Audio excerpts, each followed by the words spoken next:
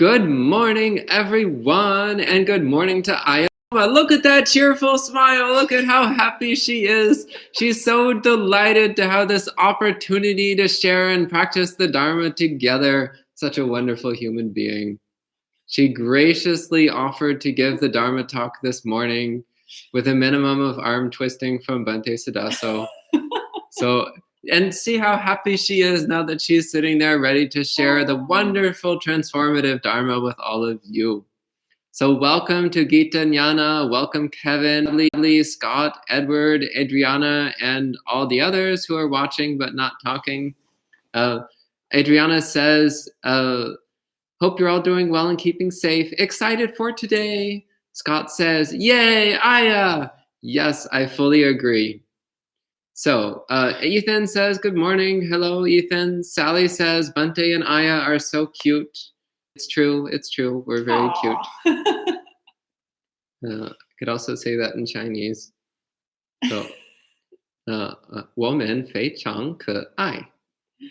So, we'll go ahead. Is studying Chinese for those of you who don't know. Now everyone knows. I think everyone knows. And Adriana says, I got tons of dukkha prepared for today. Big smile. Welcome to the club. Yep. Ayya Soma's been wallowing in dukkha all morning. So she's well steeped and prepared. Lots and lots of dukkha. So it's good because what's the theme for today? It's dukkha. Of course, every day is dukkha, but today is specifically dukkha. Okay. So Bhante Suddhaso had coffee. I did. And is a very excited MC. So how about we turn this excitement into devotion for the Buddha? And I believe there is a link on the live chat to the chanting book. And we can chant together the Metta Sutta.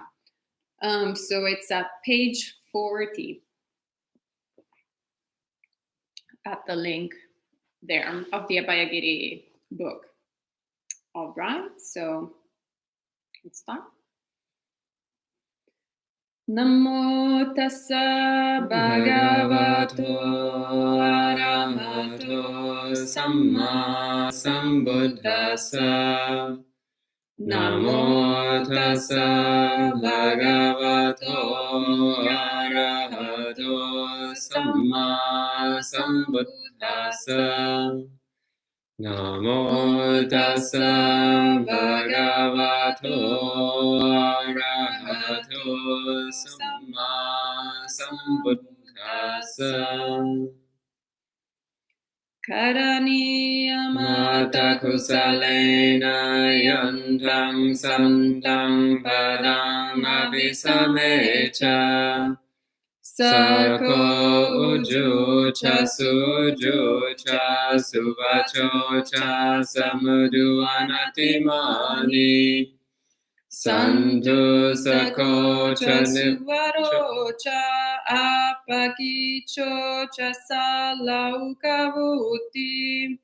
Sandindriyocha nipakocha apagabo kulesu ananugido.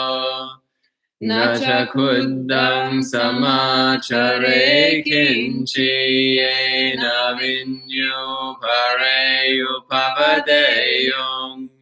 Sukhino vakemino hontu sabbe sata bhavantu sukhitata. Ye kechipana bhutati tasavata varavana Nigavaye mahantava manchimara sakanukatula. Ditavaye chaditaye chadure vasanti avidure. Bhutava sambhave siva sabbe sata bhavantu sukhitata. Na paro parang nikumbeta na timanyeta katachinam kinchi. Vyaro sana patiga sanya nanyamanya sadukamicheya. Madhayathaniyam puttang ayusae kaputamanurake. Evam pisa bhaputesu manasam bhavaye aparimanam. Metancha sabalokasming manasam bhavaye aparimanam.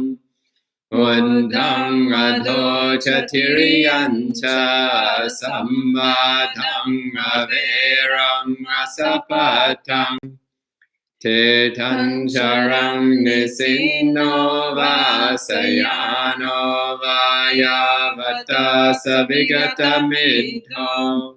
Etang sating aditeya brahma metang viharang itamaho. Detin cha anupagamma silavada sanena sampanno. Kame suvineya gedam nahi jatu gavaseyam punareti.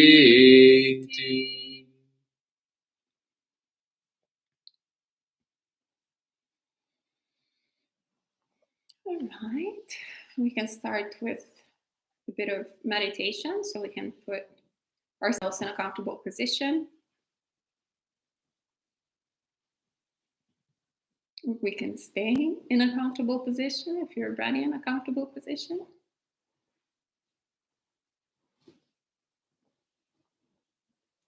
Rock your body from side to side if you need to.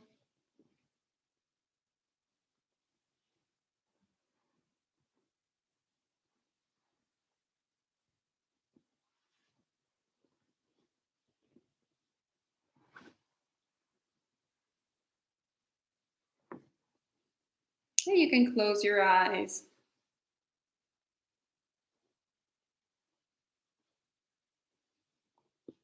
And start by relaxing the entire body.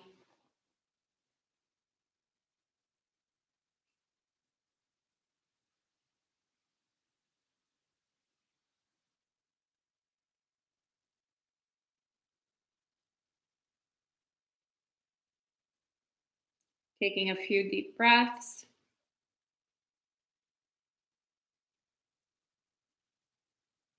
And releasing any tension you might find in the body with the help of the out breath.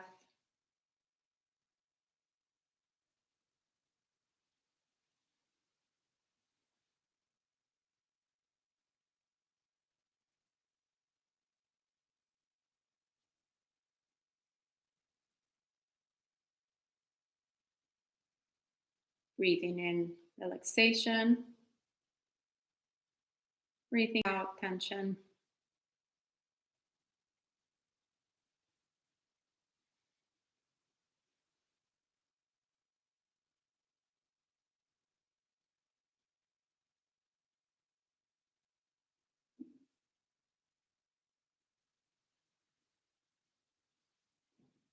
All the way from the tip of the head to the tip of the toes.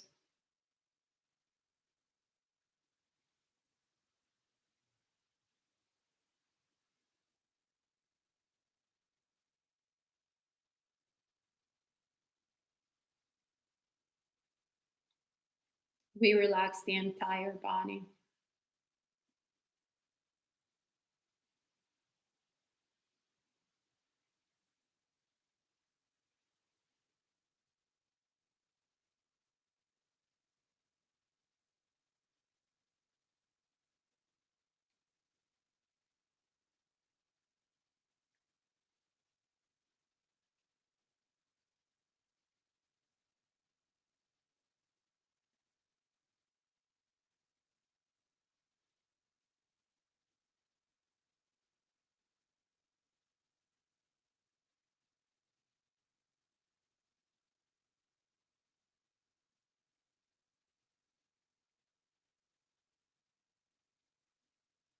And as the body becomes more and more relaxed,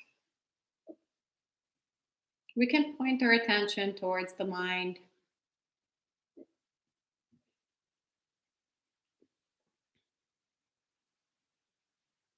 How does it feel like?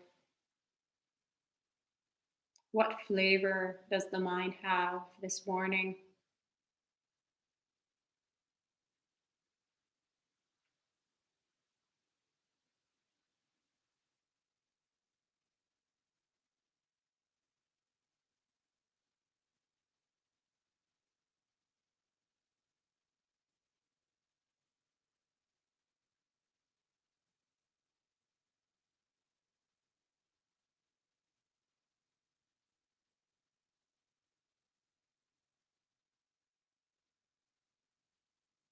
Looking with interest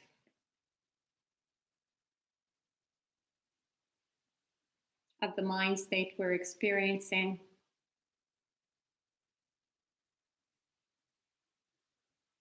And looking carefully. Is there a place in the body where we can feel physically that mind state?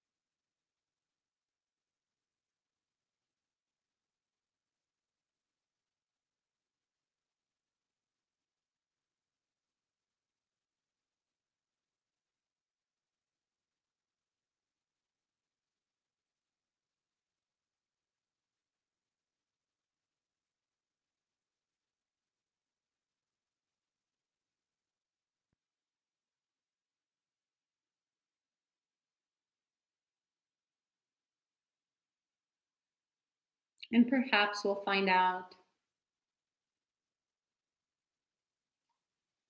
that what we thought existed only in the mind is also present in the body.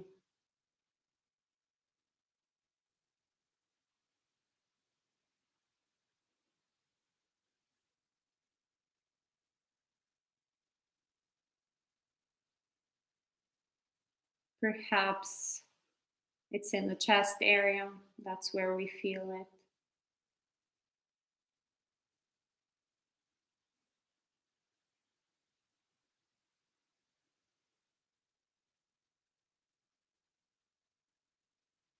And we just observe it with interest.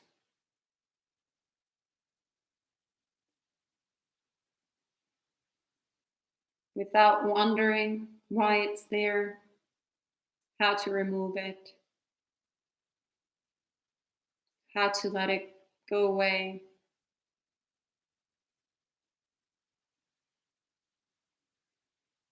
Just looking at it.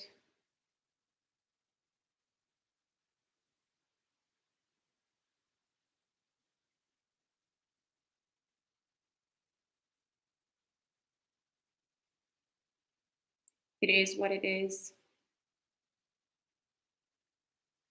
And it's okay for it to be that way.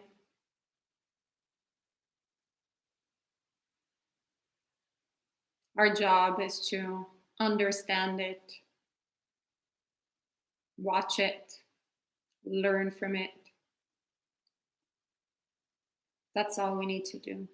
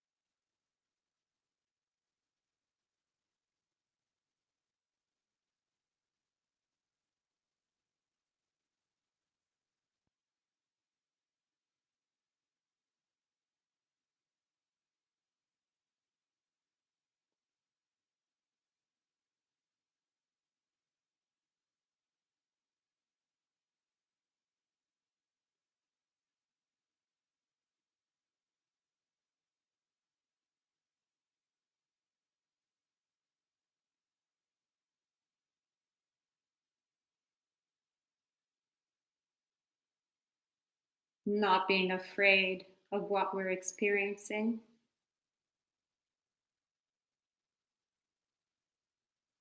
not trying to suppress what we're experiencing,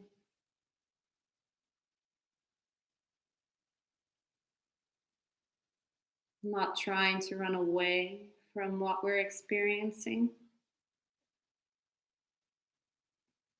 but just looking at the experience like it was another mind and body, like it didn't belong to us, because it does not belong to us. It is just there.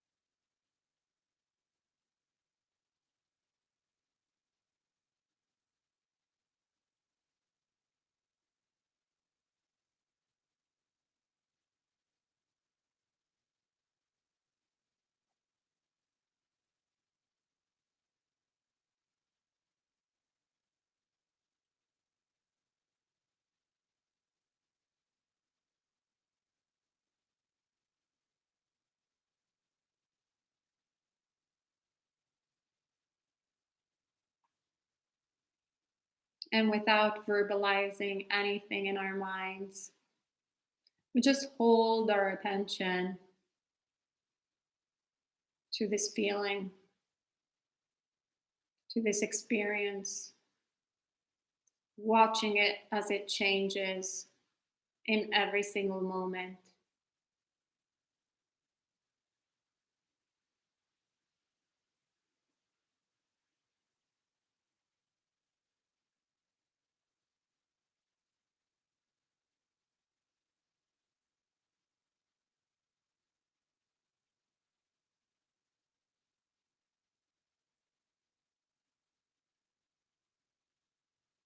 Sometimes there is a constricting sensation, and sometimes this feeling releases, the sensation opens up.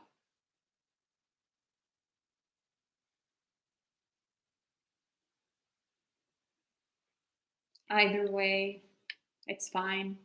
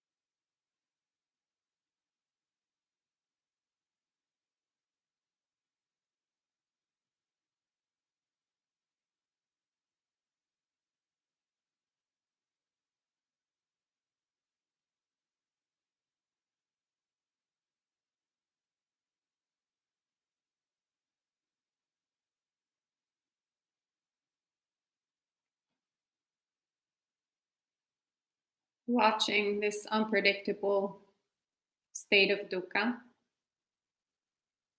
and making friends with it.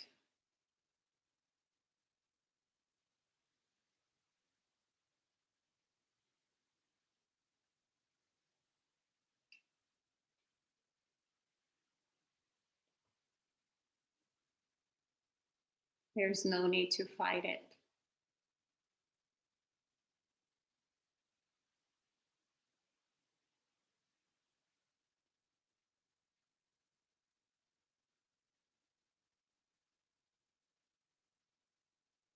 It's there and it's okay.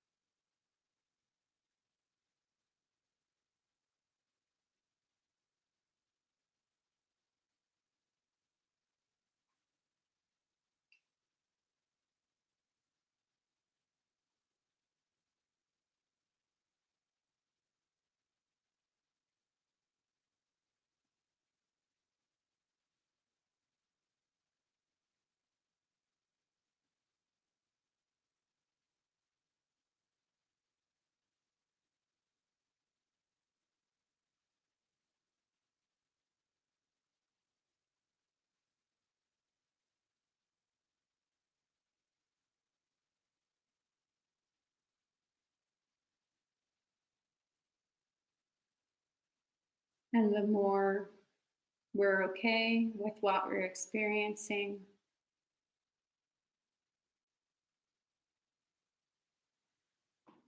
the more happiness naturally arises in the mind.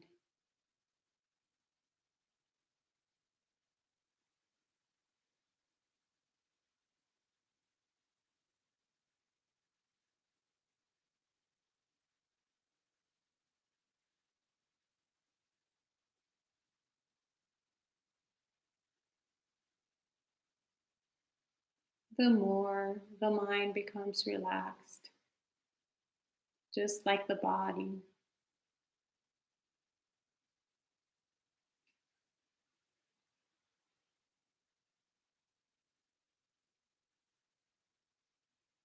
The more we make room and spaciousness for wholesome mind states to be developed.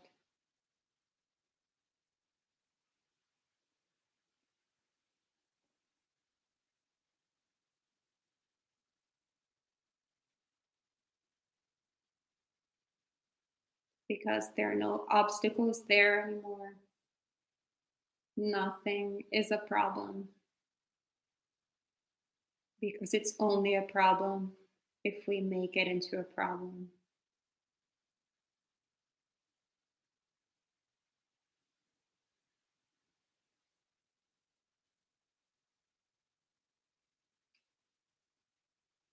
Everything is always okay if we let it be okay.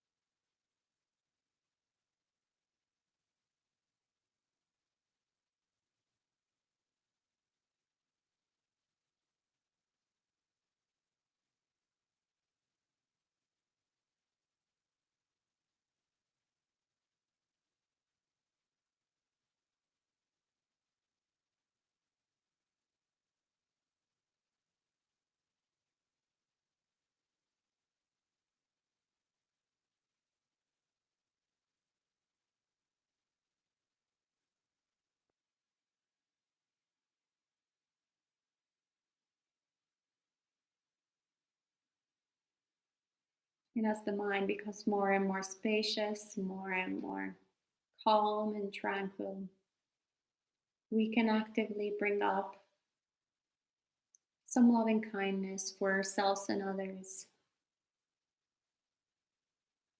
wishing for ourselves and all beings to be free from suffering,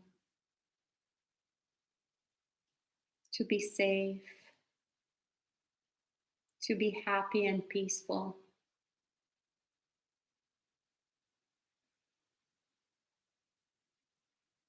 To be free from greed, hatred, and delusion.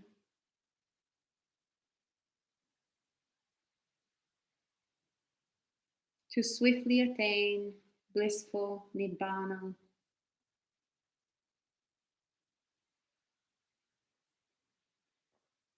For the benefit of all beings.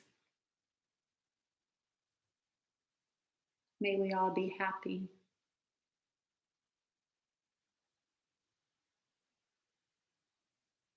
May we all practice the Buddhist teachings. May everyone have access to the Dharma.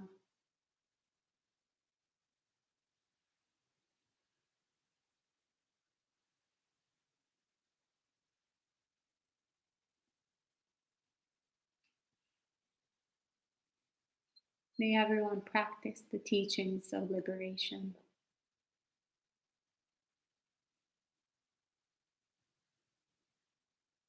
May everyone be happy.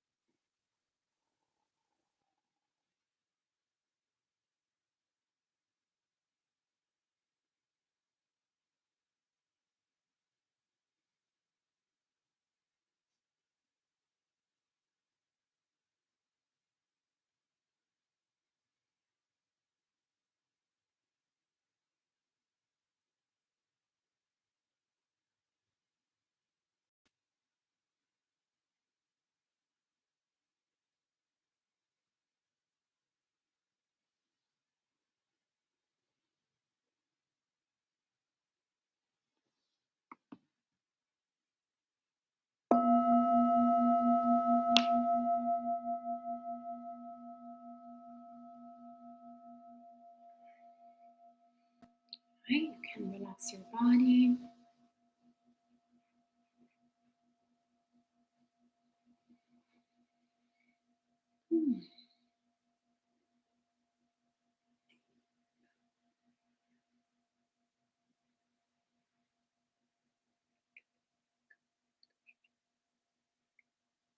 All right.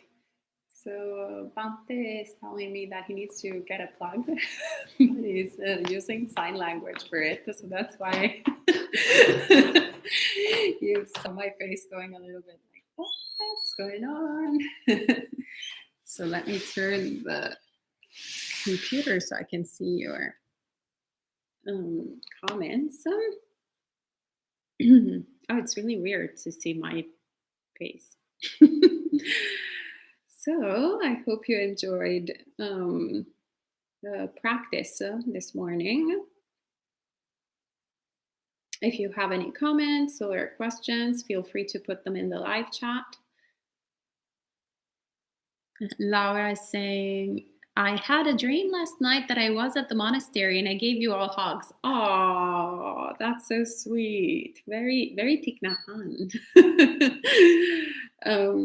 That's a practice actually that they do there, which is hugging meditation, which is both, when I experienced it, it's both extremely heartwarming and great to develop loving kindness, and at the same time also like a little bit creepy. Intentionally so. So the hugs last for a really long time in order to kind of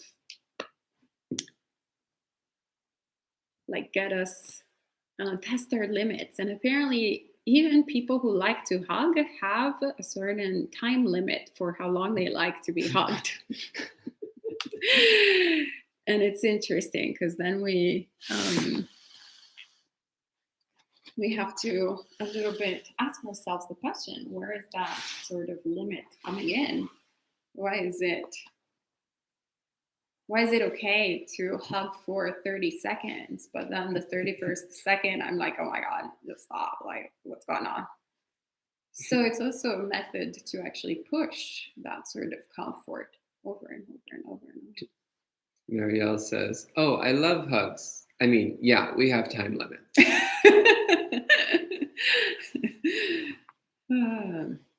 All right. So I don't know. Now Bhante has reappeared with the plug. So he has taken over the chat. So I can't see you anymore. Anything else that comes up for people? Well, Bradley says he has a long question. Interesting. You saw Kevin and Adriana's comments? No, I only saw Laura talking. Well, Adriana said, understand it, watch it, learn from it, loved that part. Kevin said about the hugs, he says, that sounds only creepy to me. Well, it was kind of funny the first time that I did it. One of the female monks at Deer Park, who was really lovely and has a great reputation as a great hugger. Everybody wants to be hugged by her. So she comes to me and she hugs me. It was actually quite pleasant at the very beginning. And then I was like, so I started doing all these faces, which as usual, as Bhante says, I have a poker face. So I thought that nobody saw my faces. I was trying to keep it cool because I was still a lay person back then. And so I was like, well, the monastic is hugging me, so I should, not display any type of aversion. But apparently my face was going all over like. So all the lay people that were watching that started cracking up, also because I had a bit of the reputation of being the aversive type at the monastery. So they were all like, but it was at the same time very interesting for me as an experience. Once again, because of what I was saying earlier, it's very arbitrary how long a hug is appropriate. And why do we think that it's appropriate up to a certain extent? All right. Okay, so Bradley's question, this is like a full page. So ooh, wow. He wasn't kidding when he said long question. Wow. He says, last night someone said something about me behind my back that I react to with a lot of anger. It surprised me because I haven't felt anger like that in a long time. It's actually hard for me to imagine Bradley angry. It's true, yeah. He says, my initial impulses were to, 1, send an angry text. 2, complain/gossip about them to a mutual friend. 3, exact some sort of revenge. 4, break the precept by binge eating and watching a TV show. I love you. You're so great. I didn't do any of those things. Sadhu. Instead, I stayed with my breathing, looked at the feeling, and read the sutta on the simile of the Sa and the Chodana Sutta. After some investigation, I realized that beneath the anger is this feeling of betrayal. I expected this person to think of me one way because I've done XYZ for them over the years, but finding out that wasn't the reality hurt. I'm developing loving kindness to counteract this feeling of resentment, but any words of wisdom on the subject? I was having such a pleasant day, but bam, dukkha. Yeah, well, first of all, bonus points for clearly understanding your situation and being quite honest with yourself, going, okay, I wanted to do 1, 2, 3. But I practice self-restraint. So you actually let go. So that you practiced like a renunciant yesterday. You practice the joy of missing out from sending evil texts back or gossiping or doing unwholesome things. So rejoice in your goodness. Rejoice in the fact that you're practicing in accordance to Dhamma. And it's also a great reflection to see how the wheel of samsara, to see how we're constantly switching roles in oppressor and oppressed. So had you actually not acted in accordance to Dhamma, then you would have started oppressing that person back. And then that person would have oppressed you again and again and again, and you switch roles over and over again. So delight in the fact that you actually interrupted this sick wheel. Now it would be ideal if like the video disappeared again and we had the YouTube samsaric wheel, which is pretty great. That you interrupted it. And it's a good reflection to see that right now you only have a parenthesis, like a sort of glimpse of this wheel that has happened, but probably this has been going on for countless lifetimes. So it's not something that just happened in this lifetime that you can have any memory, but it's been going on for quite a bit. And it's only now that you've been able to interrupt it thanks to the teachings. So it's a great glimpse to see also, to have compassion for the person who act unskillfully, because most likely they're not a practitioner, or even if they're a practitioner, they probably don't quite understand this properly. They don't quite understand it fully. So they act out of greed, hatred, and delusion. Just like you were about to act out of greed, hatred, and delusion, through the 4 instinctive ways that you wanted to sort of retaliate. So it becomes very human, very close, like we kind of really understand it. It's not something foreign anymore, excuse me, but rather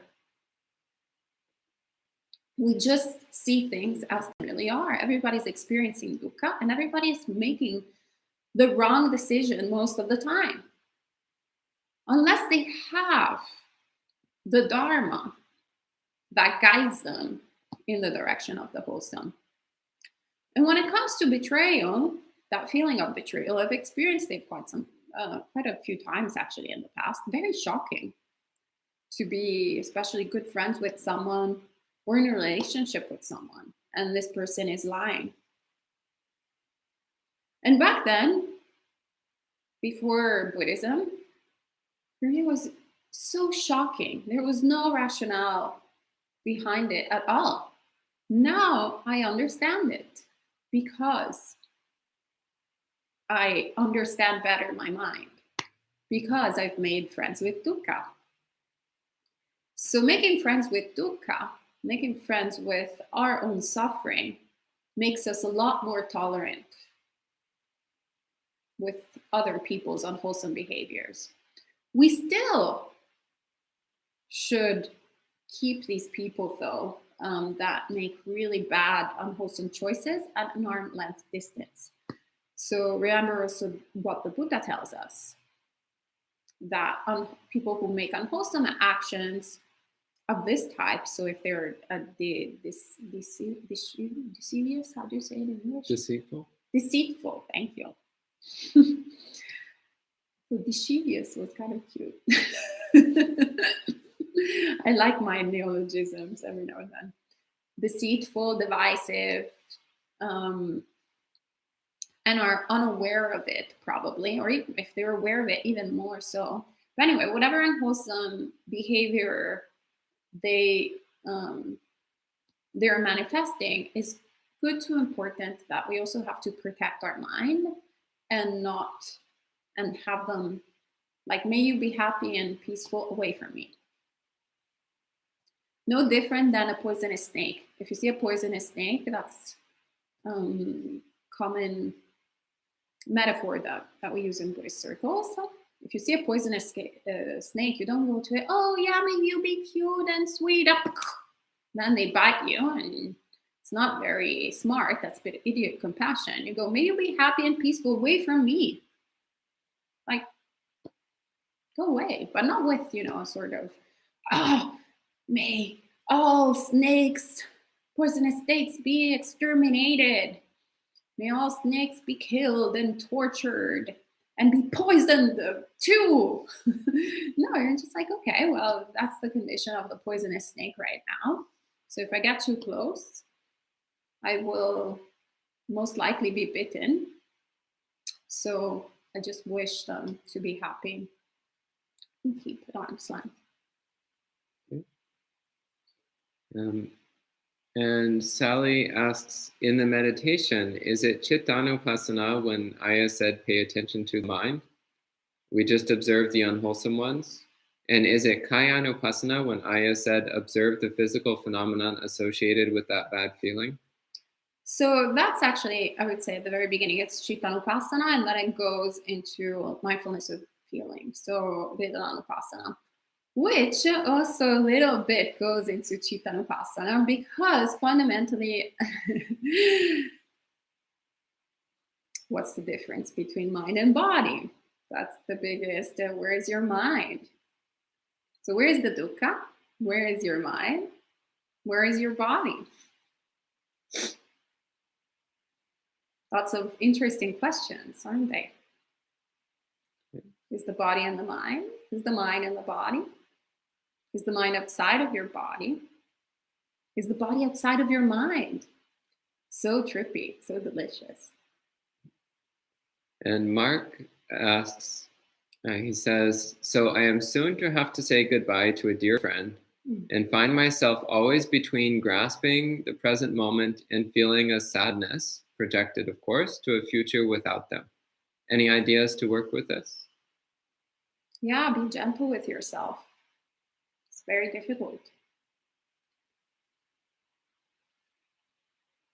There is the aspiration that we're working with, so the goal of the Buddhist path, and also where we are right now. So once again, it's a path. It's not something that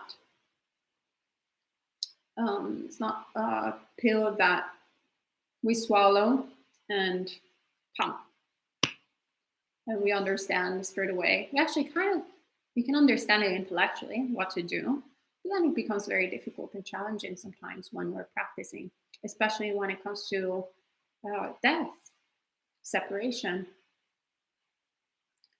So try to just be with whatever you are experiencing. So be present with your friend. And if you are experiencing grasping of the present moment and affliction because of what you're going to be missing in the future, there are two things that I suggest doing. One, always using whatever is your sort of tranquility meditation practice, whatever becomes more that gives you the most comfort physically and mentally. Normally, when you do concentration practice, so if it's mindfulness of the body, mindfulness of breathing, always come back either to the sole of your feet or to the breath, whatever is easier for you. using it as an anchor to your day-to-day practice, and also accepting whatever is coming. So really doing this meditation practice sitting, the one that we just did, of acknowledging whatever your experience is and just looking at it. This is what attachment feels like. This is what sadness feels like, and becoming acquainted with it and letting it take its course without fueling it.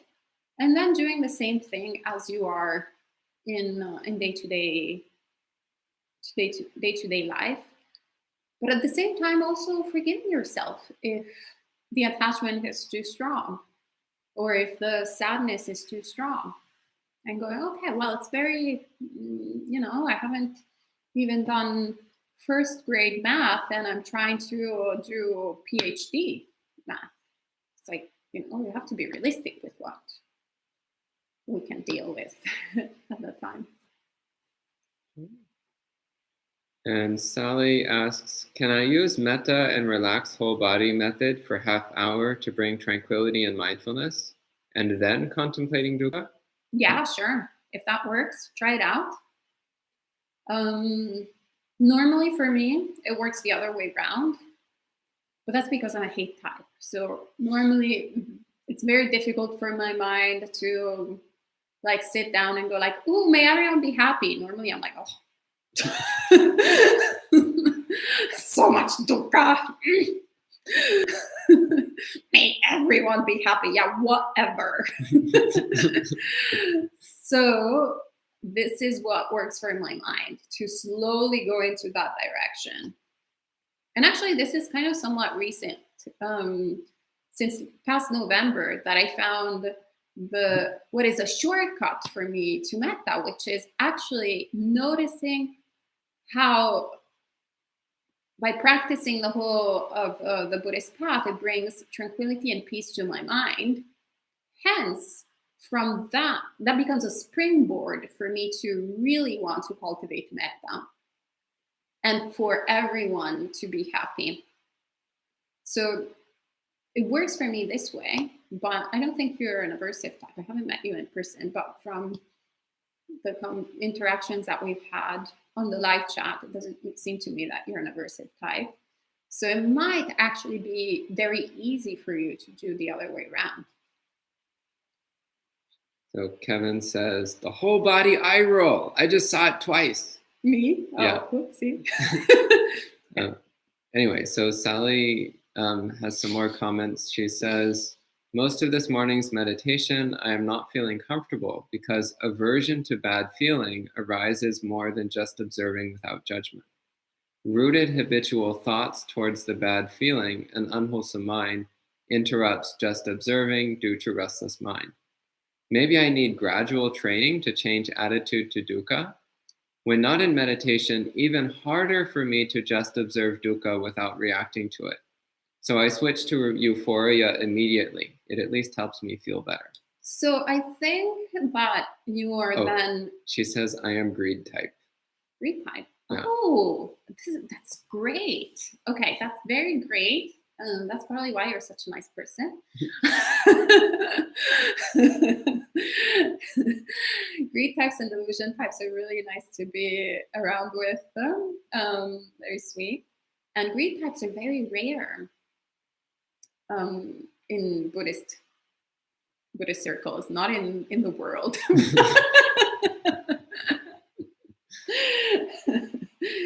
But in the world, they're actually maybe the majority. I don't know.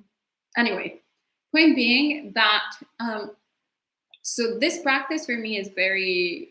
There are also different types of inclinations that we have.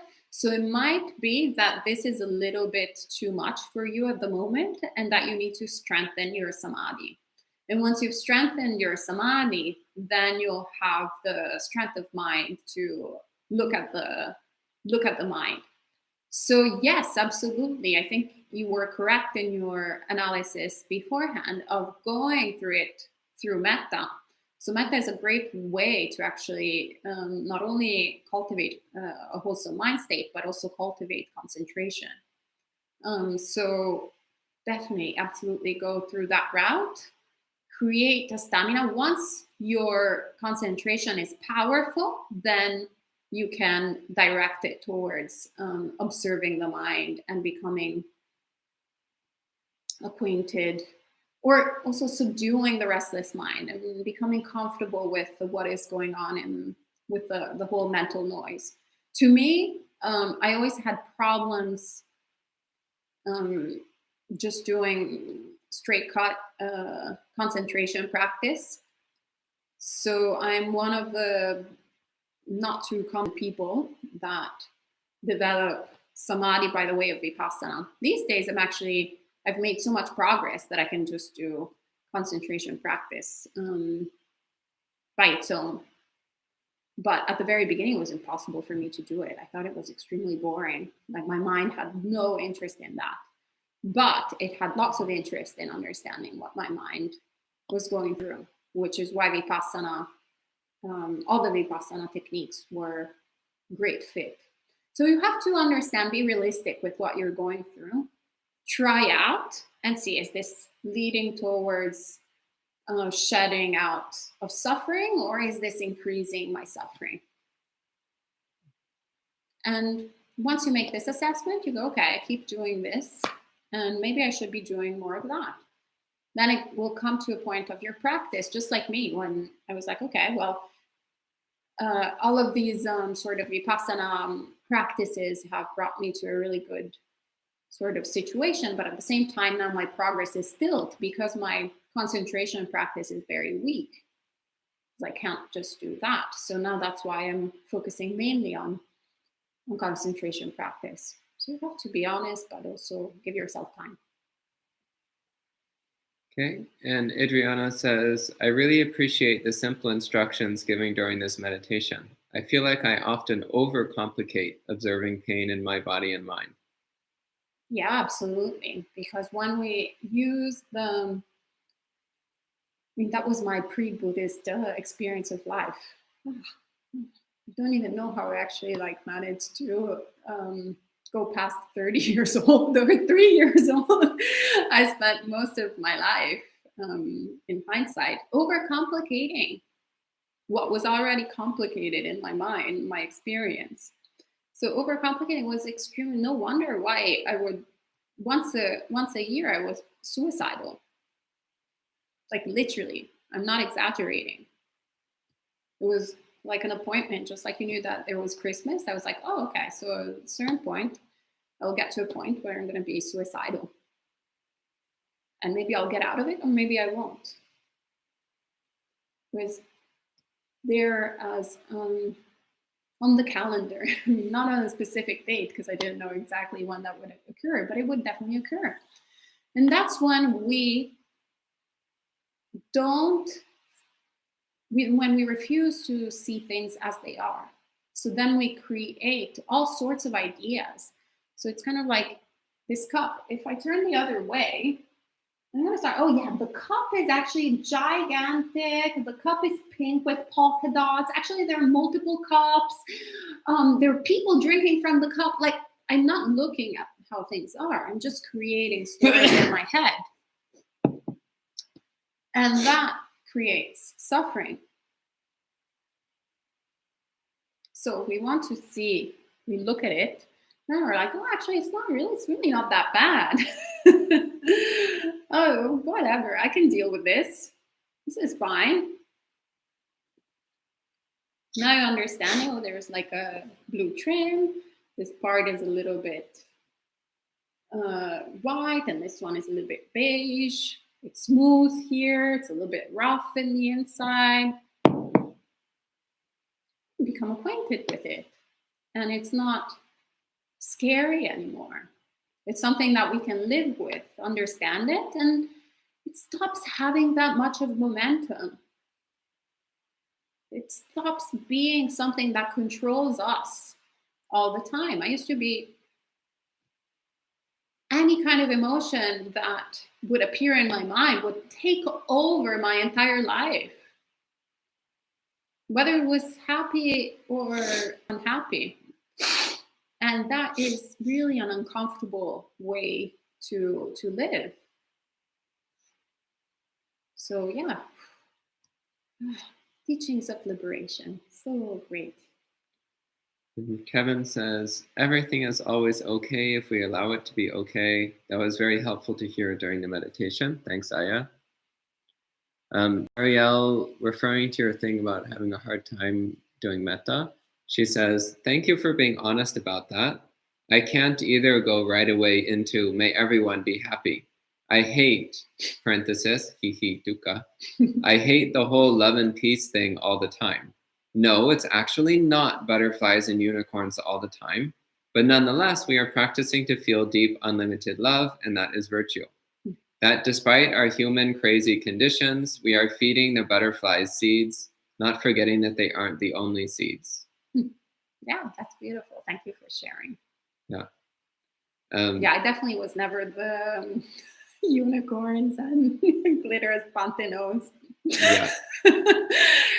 It's actually, that's why I surprised everyone that I knew in my previous life, in this life, pre-Buddhism. No one would have ever imagined that I would have gotten into any type of spiritual practice, let alone start a religious organization, let alone become a Buddhist monastic. Like, it was just like, what, out of all the people, because I was never into like, yeah, peace and love, like we should all like be, like cool together and like one big family. Like, no, I was like, oh.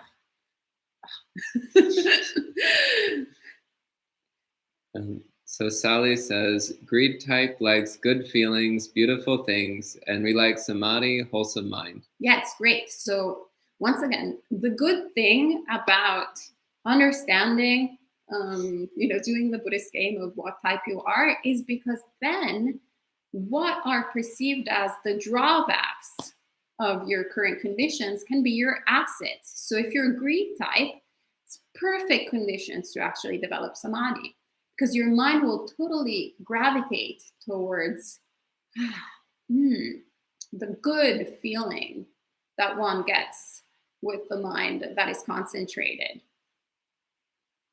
And if you're very aversive like me, then the positive connotation of aversion is critical thinking. So really analyzing things.